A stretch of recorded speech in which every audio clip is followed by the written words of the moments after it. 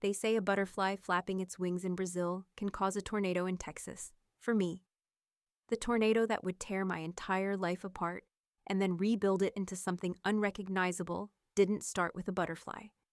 It started with a $2 Powerball ticket I bought on a Tuesday afternoon at a dusty gas station off the interstate. It was a whim, a throwaway gesture, a silly little what-if in the middle of a perfectly normal, perfectly predictable life. I had no idea that I had just purchased a one-way ticket to the best and absolute worst day of my life. My boyfriend, Jake, and I had a good life, a simple one. We lived in a small 2-bedroom rental apartment with walls that were a little too thin and plumbing that was a little too creative. I was a pediatric nurse. He was a graphic designer for a small local ad agency. We were happy, we were in love, and we were perpetually, quietly, broke. Not struggling, exactly, but living in that comfortable, familiar state of checking our bank accounts before ordering pizza and celebrating a successful month if we had enough left over to put a couple $100s into our savings. Our big dream, the one we would talk about late at night, was to one day save up enough for a down payment on a small house with a little yard for a dog. It was a small, achievable, sensible dream. Have you ever had a moment so good, so perfect, so unbelievably life-altering that it feels like a dream? A moment where you think all your problems are solved forever. That was me, standing in my tiny living room, holding a $2 piece of paper that was now worth more than I could possibly comprehend. I felt like the luckiest person in the world. I had no idea the man celebrating with me was already planning to steal it all. If you've ever been completely and totally blindsided by the person you trusted most, hit that subscribe button. This story is for you. Jake was a wonderful boyfriend. He was charming, funny, and supportive. He would leave me little notes in my lunch bag. He would listen patiently as I vented about a long, hard shift at the hospital. He was the man I was going to marry, the man I trusted with my whole heart. If I had been paying closer attention, maybe I would have seen the signs, the small cracks in his otherwise perfect facade. I saw them, of course, but I dismissed them as harmless daydreams, as quirks. He had a taste for things that our life could not accommodate. He would spend hours scrolling through luxury watch websites, his eyes lingering on the gleaming faces of Rolexes and Patek Philippe's, just appreciating the design. He'd say with a shrug when I'd tease him about it. He had an encyclopedic knowledge of luxury cars. He could tell you the 0 to 60 time of every new Ferrari and Lamborghini. His own sensible, paid-off Honda Civic was a source of constant, low-grade shame for him.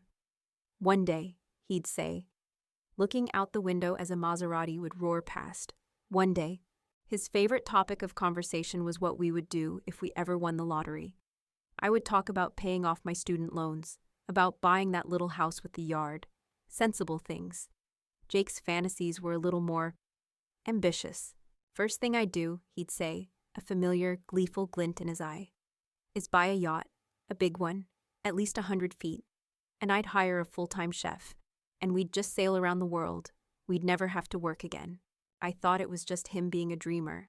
I didn't see it for what it was, a deep, gnawing, and resentful hunger for a life he felt he deserved but didn't have.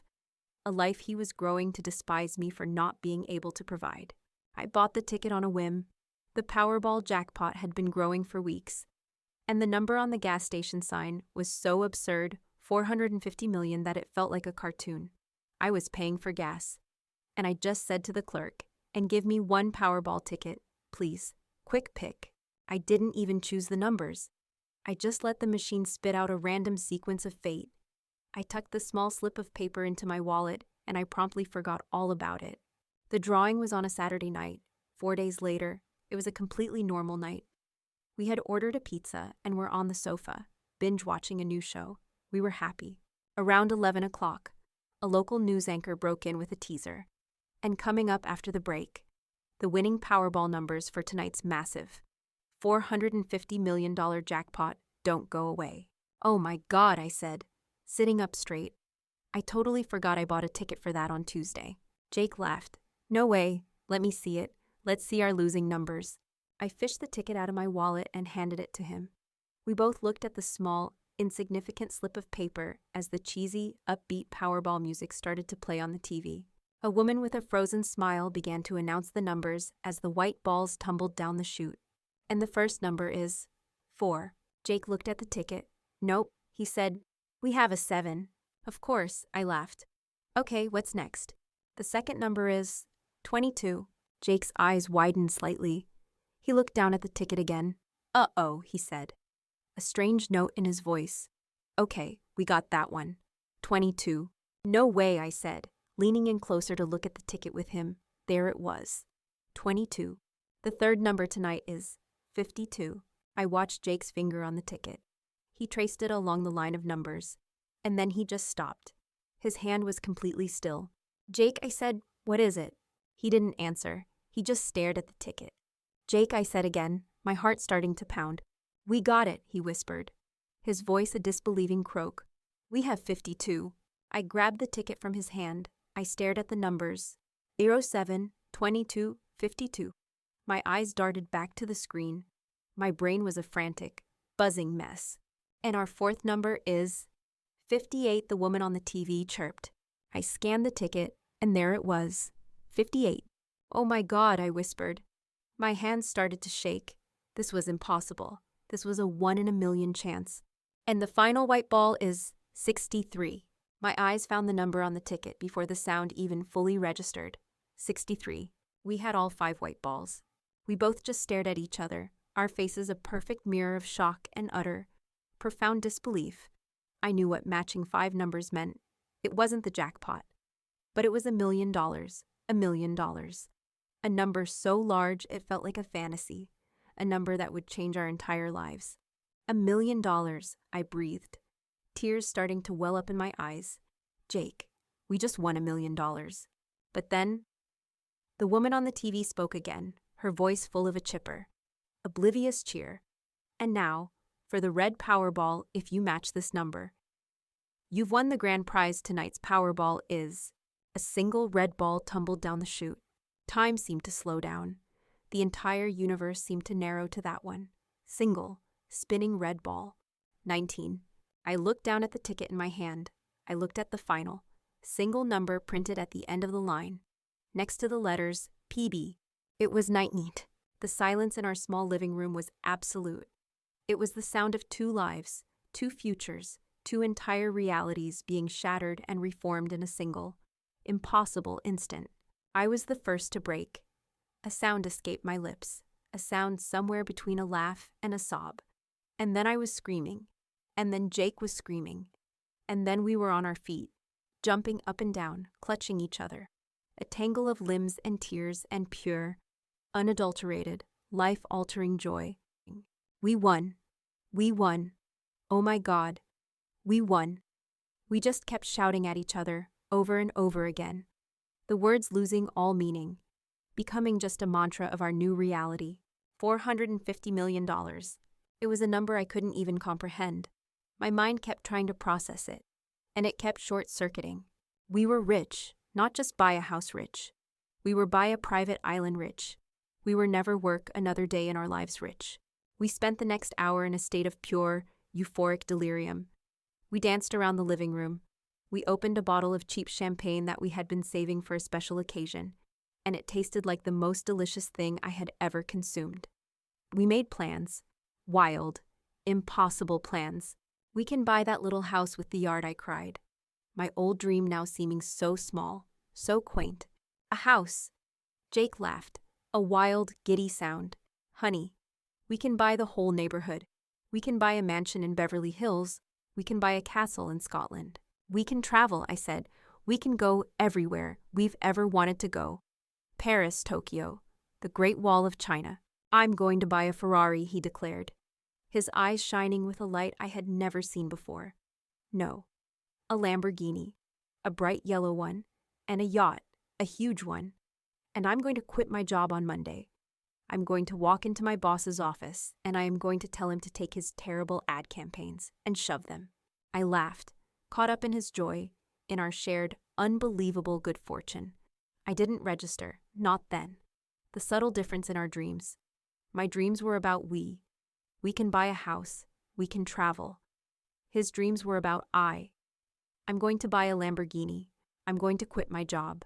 I was so blinded by the joy, so lost in the intoxicating fantasy of our new life together, that I didn't see the truth.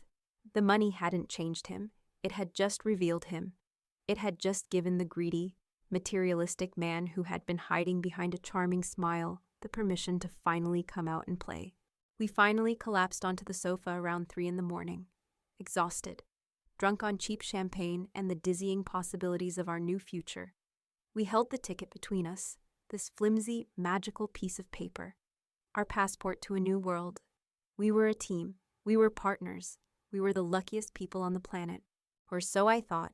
The initial, explosive shock of winning eventually subsided, leaving in its wake a giddy, vibrating euphoria. We were floating, two ordinary people suddenly untethered from the laws of financial gravity. Jake was already on his laptop, his eyes wide with a manic glee, scrolling through websites that sold things I had only ever seen in movies. Okay, so for the Lamborghini, do you prefer the Aventador or the Huracan? He asked, his voice completely serious. I'm leaning towards the Huracan. The V10 engine has a much better sound profile, you know? I just laughed, shaking my head. My own mind wasn't on Italian sports cars. It was on something much more mundane, much more real. It was on the small, flimsy, and now terrifyingly valuable piece of paper sitting on our coffee table. I am a nurse. My entire professional life is a series of procedures, of checklists, of fail-safes designed to prevent catastrophic errors. You check the patient's name band. You double-check the medication. You document everything, my practical. Procedural brain, which had been temporarily knocked offline by the sheer, joyful shock of it all, was beginning to reboot, and it was screaming at me. Jake, stop looking at cars for a second, I said, my voice cutting through his excited chatter. Why? He asked, annoyed at the interruption to his fantasy shopping spree. I'm trying to decide on the color. I'm thinking a nice, subtle lime green. We need a pen, I said, my voice firm. He looked at me, completely baffled. A pen? What for? Are you going to write a thank you note to the universe? No, I said, picking the lottery ticket up from the table. I held it as if it were a fragile, newborn bird. I'm going to sign it, right now. I pointed to the small, blank line on the back of the ticket. It said, in clear, simple letters, signature. It's the first thing you're supposed to do. It establishes legal ownership. He let out an exasperated sigh. Babe, relax, we won. It's our ticket. Who's going to steal it? It's 3 a.m. Let's just enjoy this. We can deal with all the boring, official stuff on Monday. No, I said. And the firmness in my own voice surprised me. We're dealing with it now. This is not a winning lottery ticket yet. Right now, it is a bearer instrument. That means whoever is physically holding it is the owner. Until I sign it. Pen? Now. He rolled his eyes, but he got up and fetched a ballpoint pen from the kitchen junk drawer. I took it, my hand surprisingly steady. I spread the ticket flat on the coffee table, and with a clear, deliberate, and perfectly legible hand, I wrote my name on the back. Sarah Vance. The simple act of signing my name felt like a profound declaration. This was real. This was mine. I thought, for a moment, about adding Jake's name. We were a team, after all. We were going to share this life, this future, but something, a small, quiet, and deeply practical voice in the back of my mind. A voice that sounded a lot like my sensible mother, whispered, You bought the ticket, Sarah, you sign it. So I did. There, I said, a wave of relief washing over me. Now it's official. Great, Jake said, already turning back to his laptop. Now, about the yacht. But my nurse's brain wasn't finished yet. The first precaution had been taken. Now it was time for the second, documentation and reporting. I got my own laptop and sat down on the floor. What are you doing now? Jake asked, his voice laced with a new kind of annoyance. He wanted to fantasize about his new life as a billionaire playboy. I was ruining the mood with my relentless, boring practicality. I'm looking up the State Lottery Commission's website, I said, my fingers flying across the keyboard. Why? He asked, his voice incredulous. Are you going to email them a picture of it, Sarah? It's Saturday night. No one is there. They have a 24-hour security and fraud hotline, I said. My eyes scanning the website. I found it. It's for reporting stolen tickets or suspicious activity. He actually laughed out loud. You're calling a government security hotline at 3 in the morning. You are unbelievable. You have just become one of the richest people in the country, and you are already acting like a worried, paranoid accountant. You haven't changed at all. He meant it as an insult, but I took it as a compliment. I know it sounds crazy. I know it sounds paranoid, but my entire job is about anticipating the worst-case scenario and taking every possible precaution. You check the patient's chart, you double-check the dosage, you document the time, and you have a witness. You do these things not because you expect something to go wrong, but so that if it ever, impossibly, does, you have a protocol to fall back on. You have a paper trail. You have proof. My gut, the same gut that had told me countless times when a patient's vitals were about to drop, was telling me, in no uncertain terms, to make a record of this moment. I found the number and I dialed it. A man with a calm, professional, and very tired-sounding voice answered. State Lottery Security, this is Agent Thompson. Hello, Agent Thompson, I began, my voice clear and steady. My name is Sarah Vance. I know this is an unusual call, but I believe I need to formally report a winning ticket. There was a pause on the other end. Ma'am, the winner verification office is closed until Monday morning. I understand, I said, but I am not calling to verify. I am calling to create a formal, time-stamped security log. I believe I am the sole winner of tonight's Powerball jackpot drawing. I could hear him sit up a little straighter. Okay, ma'am. Can you read me the winning numbers? I read them off the screen. 4, 22, 52, 58, 63, and the Powerball is 19. I heard the sound of typing on his end. That is correct, ma'am. Those are the winning numbers. His voice was more alert now. I am holding the winning ticket, I continued. I purchased it on Tuesday at a 7-Eleven gas station off Interstate 84. It was a single, one-line, quick pick ticket. The ticket serial number is... I read him the long string of numbers from the bottom of the slip. He typed again. Okay, I have that. And most importantly, I said, I have just signed the back of the ticket with my legal name, Sarah Vance. I am calling to have you formally log that information, right now, as a security precaution. There was a long pause, and then Agent Thompson let out a low whistle. Miss Vance, he said, and his voice was now full of a new respect. In my 10 years in this job, you are the first person who has ever had the presence of mind to do this. You would be absolutely shocked at the stories I could tell you. The number of people who lose everything because they don't take this first simple step. He trailed off. You have done exactly the right thing. I have logged it all. Your name, the time of this call, the ticket serial number, and the fact that the ticket is signed. It is now officially in our security record. You are a very smart woman. I'm a nurse, I said. We're trained to be paranoid. Well, your training has served you well, he said. Now, my advice to you is to put that ticket somewhere safe. Somewhere no one can possibly get to it. Until you can bring it to our headquarters on Monday morning. And please, Miss Vance, be careful who you trust. His final words sent a small, cold chill down my spine. Despite the warmth of my own apartment, I hung up the phone. I felt a profound sense of relief. I had a witness. I had a paper trail. I had done everything right. Jake was just staring at me, shaking his head with a look of amused disbelief. Are you done now? He asked. Can we go back to celebrating the fact that we are ridiculously, obscenely rich? Almost. I said, one last thing. We need to hide this. I held up the ticket. Hide it from who? The lottery ninjas who are going to rappel through the window, he joked. I'm serious, Jake, I said. Agent Thompson said to put it somewhere safe until Monday. Fine, he said with an exasperated sigh. Let's put it in the freezer, inside a bag of frozen peas.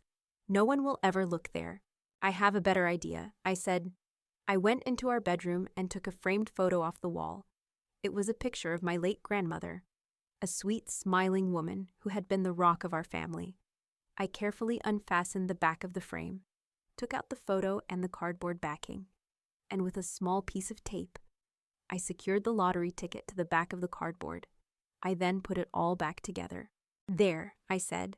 No one would ever think to look behind a picture of my Grandma Millie. Brilliant, he said, his voice dripping with sarcasm. You've really thought of everything. Yes, I said, looking at him with a happy, trusting smile. I have. We finally went to bed around 4 a.m, our minds buzzing with the impossible reality of our new life. As I drifted off to sleep, curled up next to the man I loved, I felt like the luckiest, safest woman in the world. My future was secure. Our future was secure.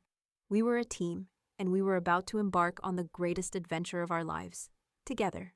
I had no idea that the man sleeping beside me was not my partner. He was a thief, and he was just waiting for me to close my eyes so he could steal my dream. I woke up on Sunday morning to the sound of sunlight. That's the only way I can describe it. The world felt different, brighter, full of a shimmering, golden potential that hadn't been there the day before. For the first time in my adult life, I woke up without the familiar, low-grade hum of financial anxiety, the quiet, constant worry about student loans and car payments, and the ever-increasing cost of rent. I was a multimillionaire. The thought was so absurd, so magnificent, that I just lay there for a moment, smiling at the ceiling.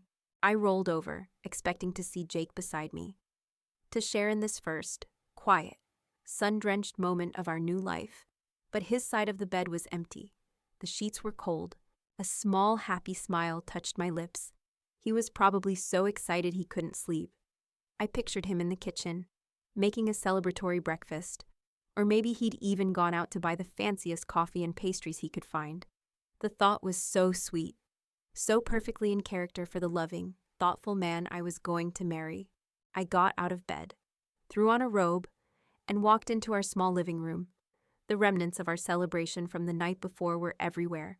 The empty champagne bottle, the 2 glasses, the pizza box. It all looked like the happy debris of a life that had just been wonderfully, beautifully detonated. But the apartment was silent, and Jake was nowhere to be seen. Jake, I called out, a note of happy anticipation in my voice. Did you go out for coffee? No answer. A tiny, almost imperceptible prickle of unease touched the back of my neck. I walked to the small hook by the front door where he always hung his favorite, worn-in leather jacket. It was gone. His keys were not in the small, ceramic bowl on the entryway table where he always, without fail, tossed them. Okay, I thought, my brain starting to search for a logical explanation. He just went out. He took his keys and his jacket. It's fine. But the prickle of unease was growing. I walked into our bedroom. I opened the closet. I scanned the row of his clothes. His nice suit was there, his work shirts, but his overnight bag, the small duffel he always used for weekend trips, was gone.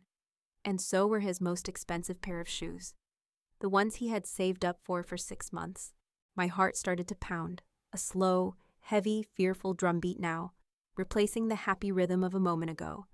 This wasn't a coffee run. I moved with a new urgency.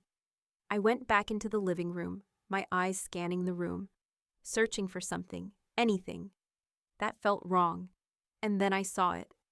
The framed photo of my grandmother, Grandma Millie, the place we had hidden the ticket. It was hanging on the wall, but it was slightly askew, tilted, a detail so small, so insignificant, that only I would ever notice it. The blood in my veins turned to ice. No, I whispered to the empty room. No, no, no! I rushed to the wall, my hands shaking. I lifted the frame from its hook. I didn't even have to turn it over. I could see it instantly. The brown cardboard backing had been torn open, a jagged, violent rip right through the center.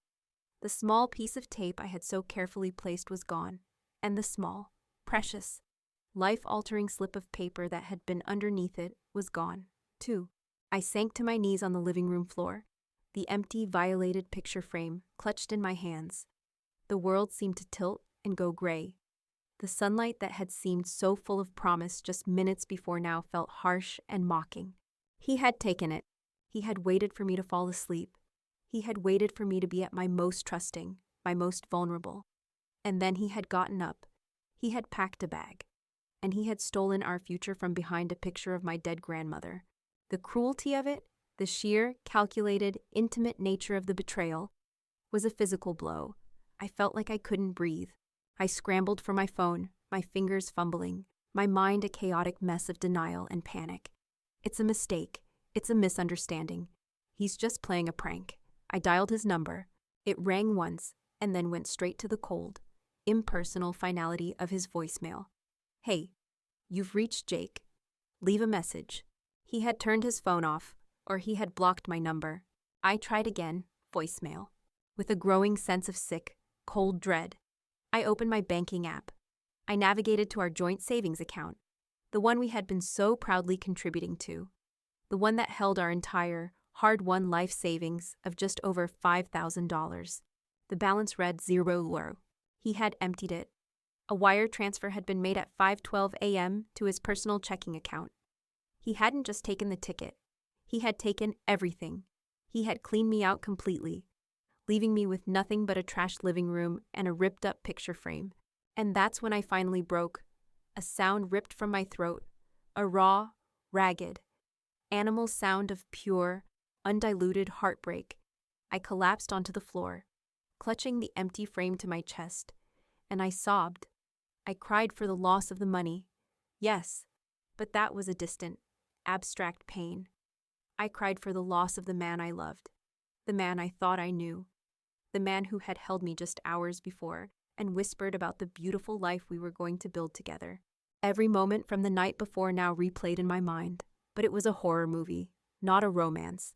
His excitement hadn't been for us, it had been for him. His wild plans for Lamborghinis and yachts hadn't been a shared fantasy. They had been his personal shopping list, his dismissal of my caution, of my desire to sign the ticket and report it. Wasn't just him being carefree, it was him, actively trying to prevent me from securing my claim to the money he was already planning to steal. How could I have been so blind? How could I have been so stupid? They say money changes people. I don't think that's true. I think money is an accelerant. I think it just makes people more of who they already were. And that $450 million jackpot hadn't turned my loving boyfriend into a monster. It had just revealed the monster that had been hiding behind a charming smile all along. And I had been sleeping next to him. I had loved him. I had trusted him with my life. And he had, in return, stolen it from me. I cried until I was empty, until all the tears were gone and all that was left was a hollow, echoing void of shame and rage. I felt like a fool, a naive, trusting, pathetic fool. I lay there on the floor for a long time, the morning sun now streaming in, illuminating the dust motes dancing in the empty air of my empty apartment. He had won. He had the ticket. He had the money. He had my future, and I had nothing. But as I lay there, in the absolute rubble of my life, a new thought began to surface through the grief.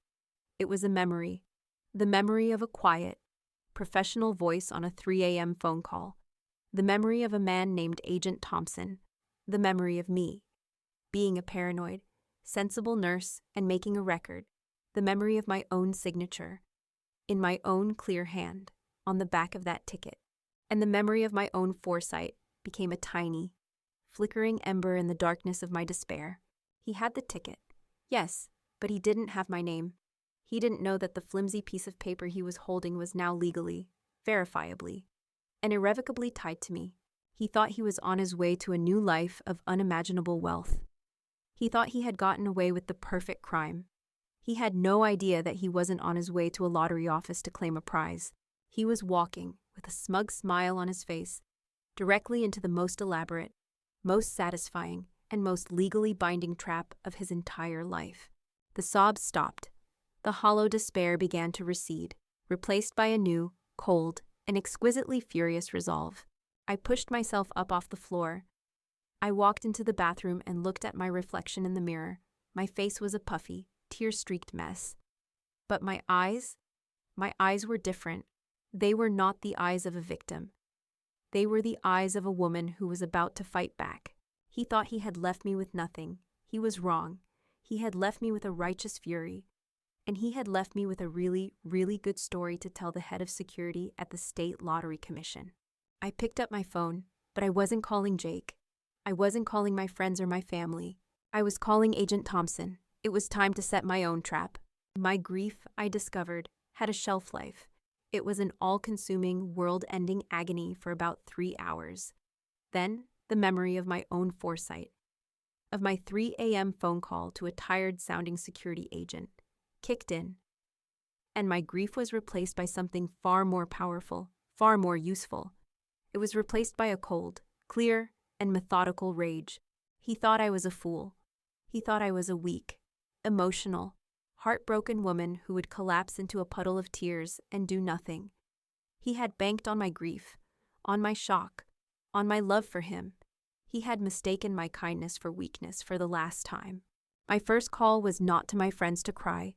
It was not to my parents for support. It was to Agent Thompson at the State Lottery Commission's security hotline. "Agent Thompson," I said, my voice as steady and as calm as a surgeon's. "This is Sarah Vance. We spoke at approximately 3:15 a.m. on Sunday morning regarding the winning Powerball ticket. Serial number 77429B815C. I could hear the shuffling of papers on his end, then the sound of typing. "Yes, Miss Vance," he said, his voice now alert and serious. "I have your report right here. You are the registered, signed claimant of the winning ticket. Has something happened?" "Yes," I said, "the ticket has been stolen by my now ex-boyfriend, who was present when we discovered it was the winner." There was a long, heavy sigh on the other end of the line. It was not a sigh of surprise. It was a sigh of profound, weary resignation.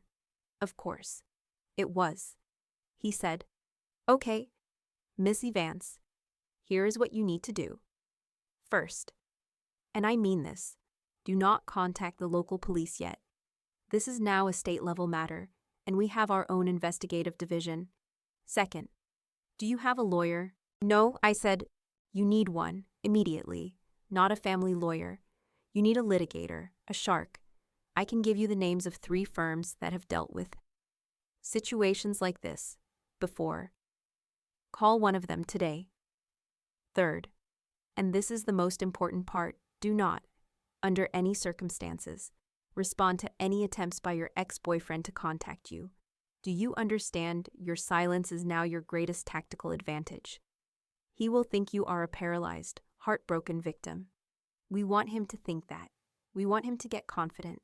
We want him to walk right up to our front door and try to cash that ticket. Am I clear?" "Crystal clear, Agent Thompson," I said. "Good," he said. "Hire a lawyer, stay silent, wait for my call, and Miss Vance, try not to worry. He may have the ticket, but you have the truth. And in our business, that's all that matters." I hung up the phone, a new sense of purpose surging through me. I was no longer a victim. I was a co-conspirator in a sting operation, and I was about to play my part beautifully. My meeting with the lawyer Agent Thompson had recommended, a sharp, terrifyingly competent woman named Evelyn Sterling, was a revelation. I told her the whole story. She listened, her face impassive, and then she laid out my ex-boyfriend's future in cold, legal terms. "What your Mr. Hayes has done," she said, her voice devoid of any emotion, "is not a simple theft.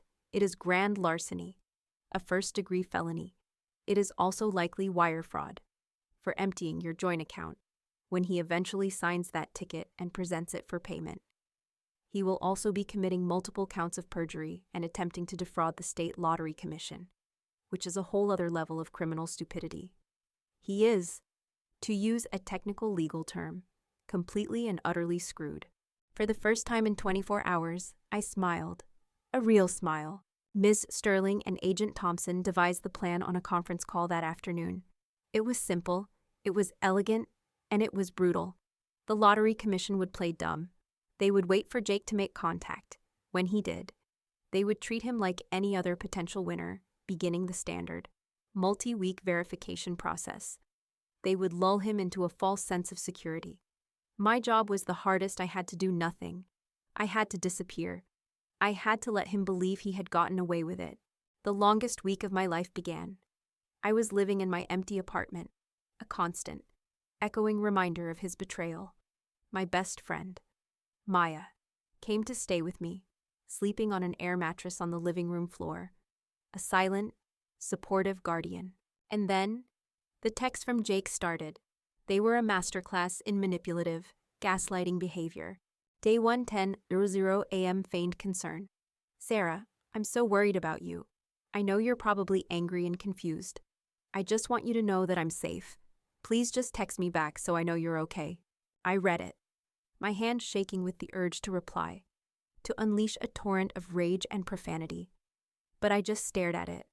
I remembered Agent Thompson's words. Your silence is your tactical advantage. I put the phone down. Day 2, 4:30 p.m., the justification. Okay, I know you're not talking to me. I get it. But you have to understand my side of this. Sarah, that money, it would have destroyed us. We're not those kinds of people. I did this to protect you, to protect us from the greed and the pressure. I'm keeping it safe. Keeping it safe. He was trying to paint his theft as a noble act, a sacrifice he had made for my own good. The sheer narcissistic audacity of it was breathtaking. I wanted to throw the phone against the wall. Instead, I took a deep breath and went for a long walk. Day 4, 11:00 p.m., the negotiation. Listen, I know this is a mess. I've been thinking, this is life-changing money. It's too much for one person. We should split it, 50-50. That's fair. Right. We can both just walk away and start new lives. Just talk to me. Sarah, we can work this out. He was testing me. He was trying to see if I had gone to the police. If I had, there would be a warrant out for him, and he wouldn't be able to claim the prize. My silence, my failure to report the crime, was what he needed to feel safe. He was using my heartbreak as his shield. Day 6, 8:00 m, the arrogance. Okay, fine, I tried to be fair. I tried to do the right thing and include you. But you're being a child. You're throwing away the opportunity of a lifetime because you're emotional. I can't wait forever.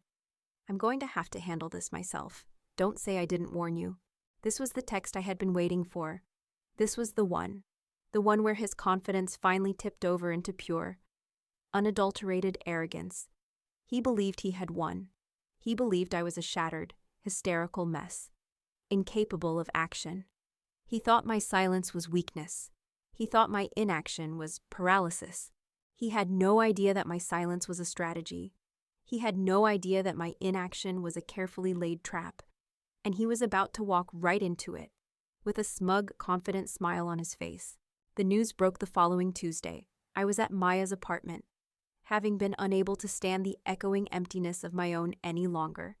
We were watching the local evening news, and in our top story tonight, the news anchor said, her face bright and cheerful, the winner of last week's record-breaking $450 million Powerball jackpot has officially come forward. My heart stopped. They flashed a picture on the screen. It was Jake. He was standing on the steps of the state lottery headquarters downtown. He was beaming, a look of pure, triumphant joy on his face. He was holding up the ticket, my ticket, for the cameras.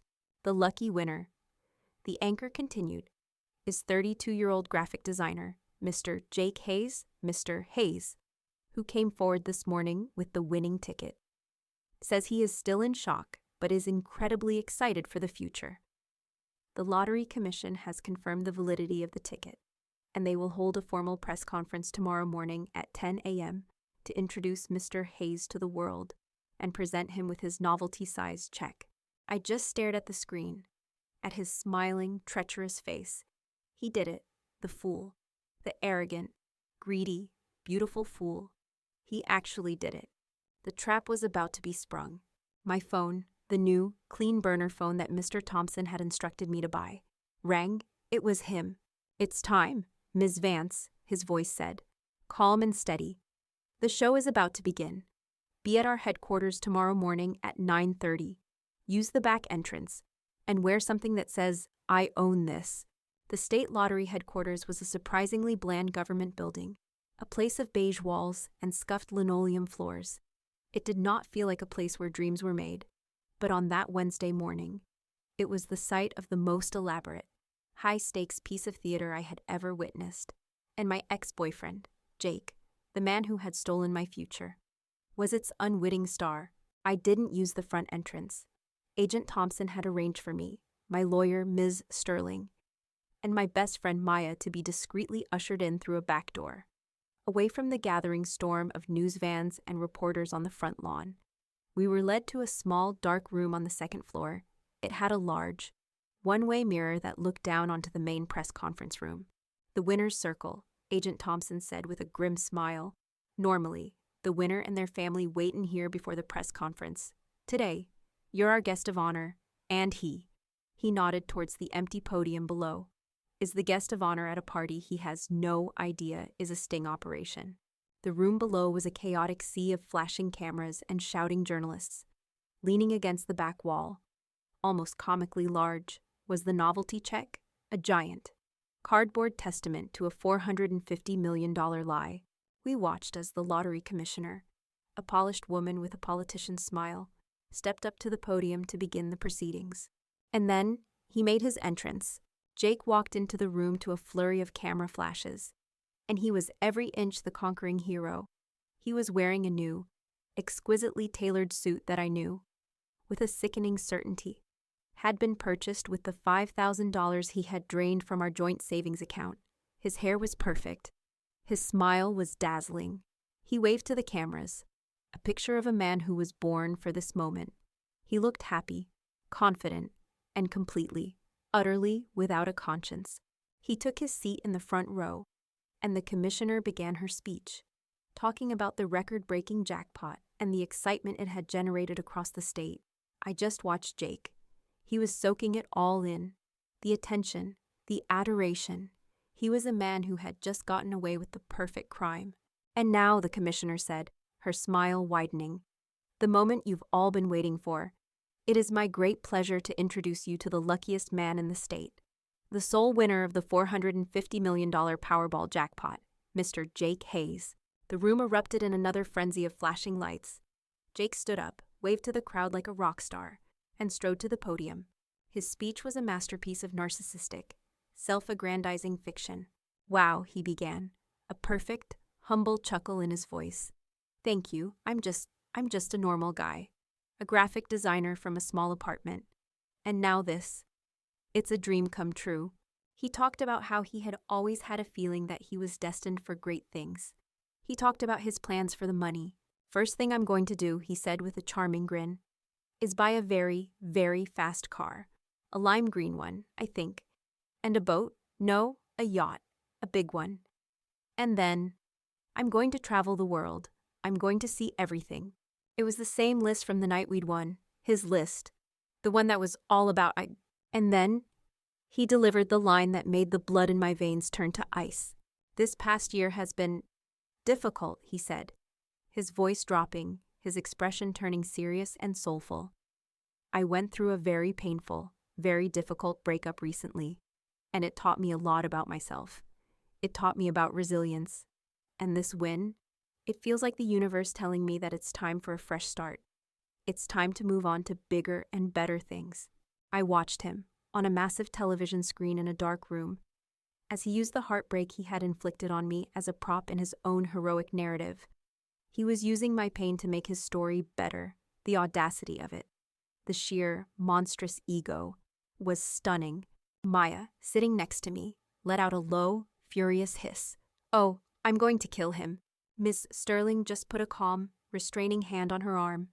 "Patience," she whispered. "The main event is about to begin." Jake finished his speech to another round of applause. He was beaming, on top of the world. He had done it. He had convinced them all. The lottery commissioner came back to the podium, her smile as bright as ever. She stood next to the giant. "Oversized check."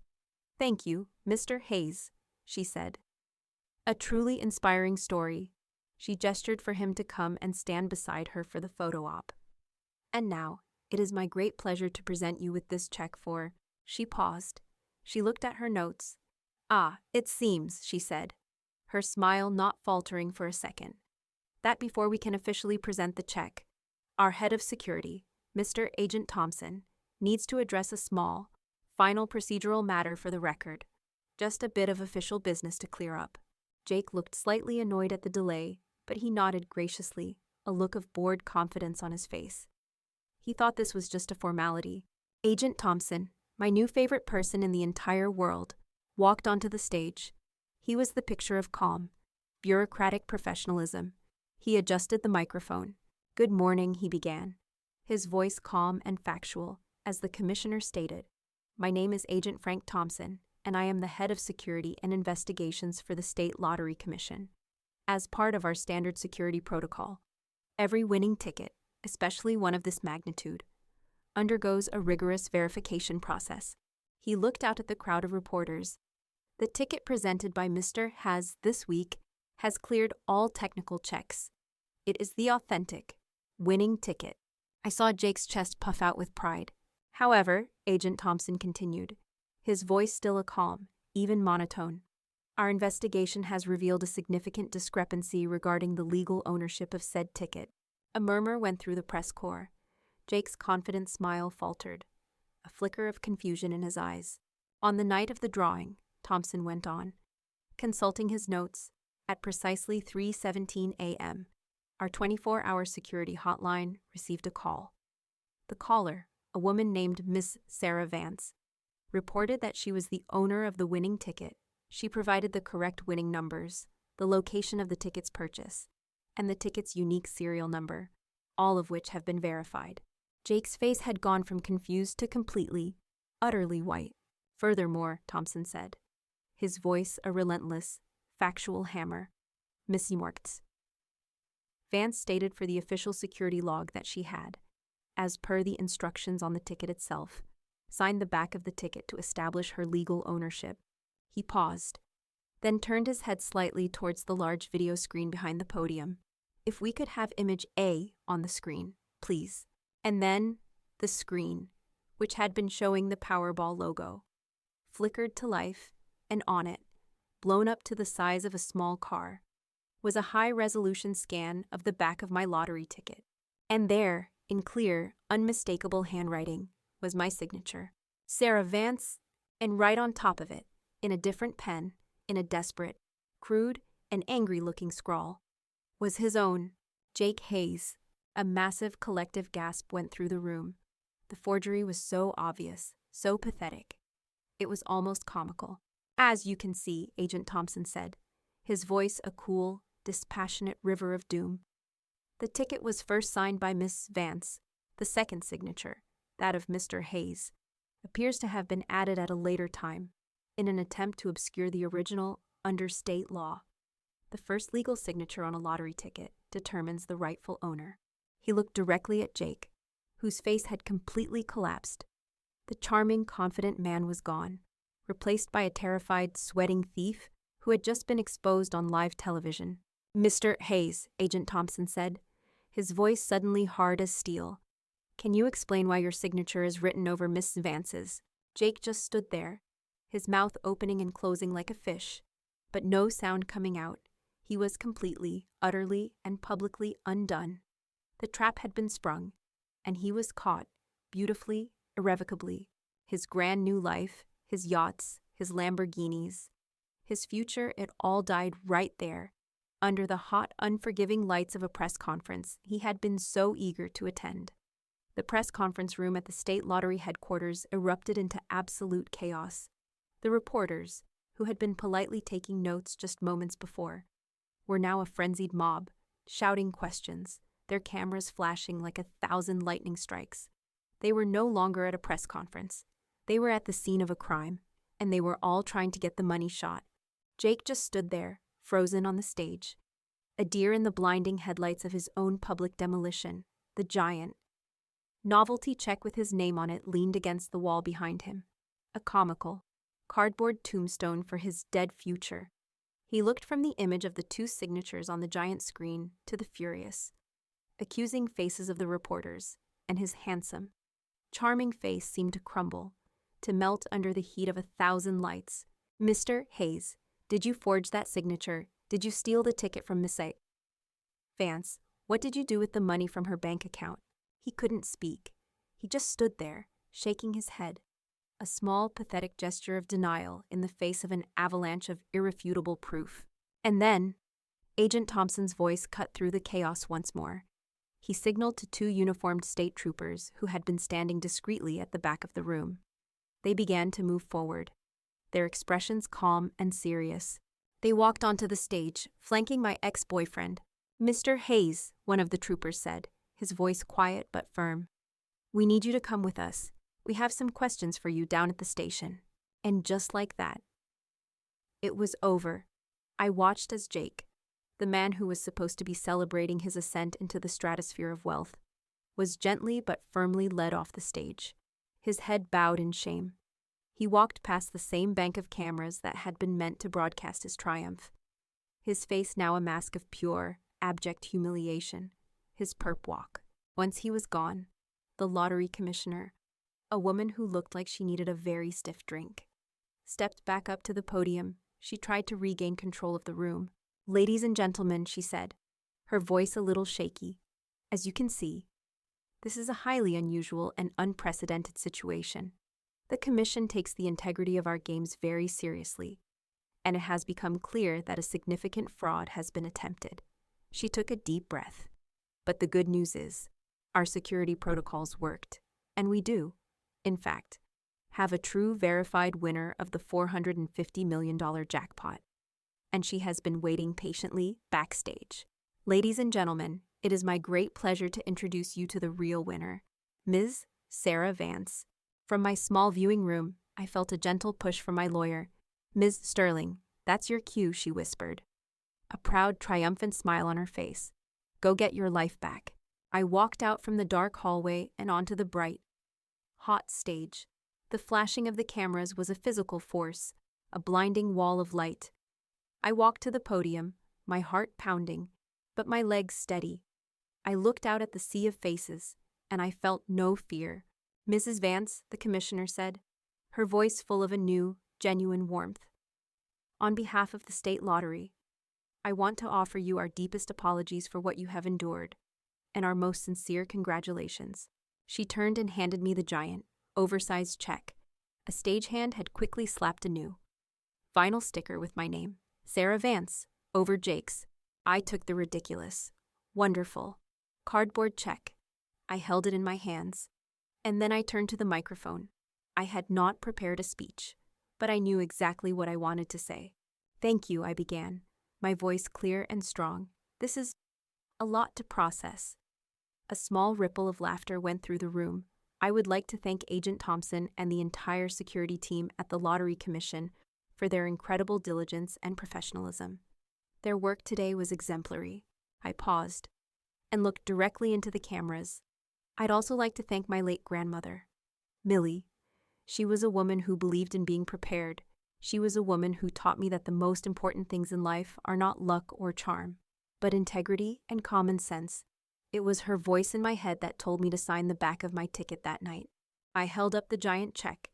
And finally, to everyone watching, I just want to say this. This money is a wonderful, incredible gift, but it is also a great responsibility. And I promise that I will treat it as such. Thank you. It was short, it was simple, and it was all I needed to say. As the reporters began to shout more questions, Agent Thompson stepped back up to the podium. "Just one final piece of business for the sake of complete transparency," he said. "If you could roll the security footage from the 7-Eleven on Interstate 84 from last Tuesday evening." The large screen behind us flickered to life again, and there I was, a grainy, black and white version of me, looking tired and disheveled in my nursing scrubs after a long 12-hour shift. I watched myself pay for my gas, and then, on a whim, hand the clerk $2 more. I watched as he printed the quick pick ticket and handed it to me. I watched myself tuck it into my wallet and walk out the door, completely unaware that my entire life had just changed. It was the final, undeniable proof. The story was complete, and it was mine. A year has passed. My life today is a world away from the one I knew. I did not buy a Lamborghini. I did not buy a yacht. I bought a house, a beautiful, comfortable house with a big green yard, surrounded by old oak trees. And the first thing I did was go to the local animal shelter and adopt the 2 oldest, most unadoptable dogs they had. Their names are Winston and Barnaby, and they are currently asleep at my feet as I write this. I did not quit my job, not entirely. I still work 2 shifts a week as a pediatric nurse at the local hospital. My financial advisor thinks I'm insane, but my work keeps me grounded. It keeps me connected to the real world, to the world of scraped knees and fevers and worried parents. It reminds me every day of what is truly important. The bulk of the money, the massive, life-altering sum. I used to start a foundation. It's called the Millie Vance Foundation, in honor of my grandmother. We provide emergency financial grants and free legal support to people, especially single parents and victims of domestic abuse, who find themselves in crisis. We are a safety net for people who don't have one. We are the help that I so desperately needed and was so lucky to have. It is the most satisfying work of my life. And Jake. His story did not have a happy ending. Faced with overwhelming evidence, he pleaded guilty to grand larceny. He was sentenced to 3 years in a state prison. He betrayed me for a fortune he never got to spend a single dime of. I sometimes feel a pang of sadness for the man I thought he was, for the love I thought we had. But that man never really existed. And the man who does exist, the thief who is sitting in a prison cell right now, is a stranger to me. His greed cost him everything. I've learned a lot in the last year. I've learned that money doesn't change people. It just makes them more of who they already are. It made Jake's greed and entitlement bigger, and it made my own practicality and caution bigger, too. But the most important lesson I learned is this, my greatest, most valuable prize was not the lottery ticket. It was my character. It was the sensible, nurse's brain that told me to sign the ticket. It was the gut instinct that told me to make a record of the win. It was the integrity that my parents and my grandmother had instilled in me. Those are the things that truly saved my life, and those are the things that can never be stolen. So thank you for listening to my story. If you've ever had a gut feeling, a little whisper in the back of your mind telling you to take an extra precaution, to double-check the paperwork, to trust your own instincts, please listen to it. Your practicality is not paranoia. It is a superpower. Hit that subscribe button if you believe that a little common sense is worth more than all the money in the world. And remember, anyone can hold a winning ticket. But integrity? That's a prize you have to earn. And it's a prize no one can ever take away from you.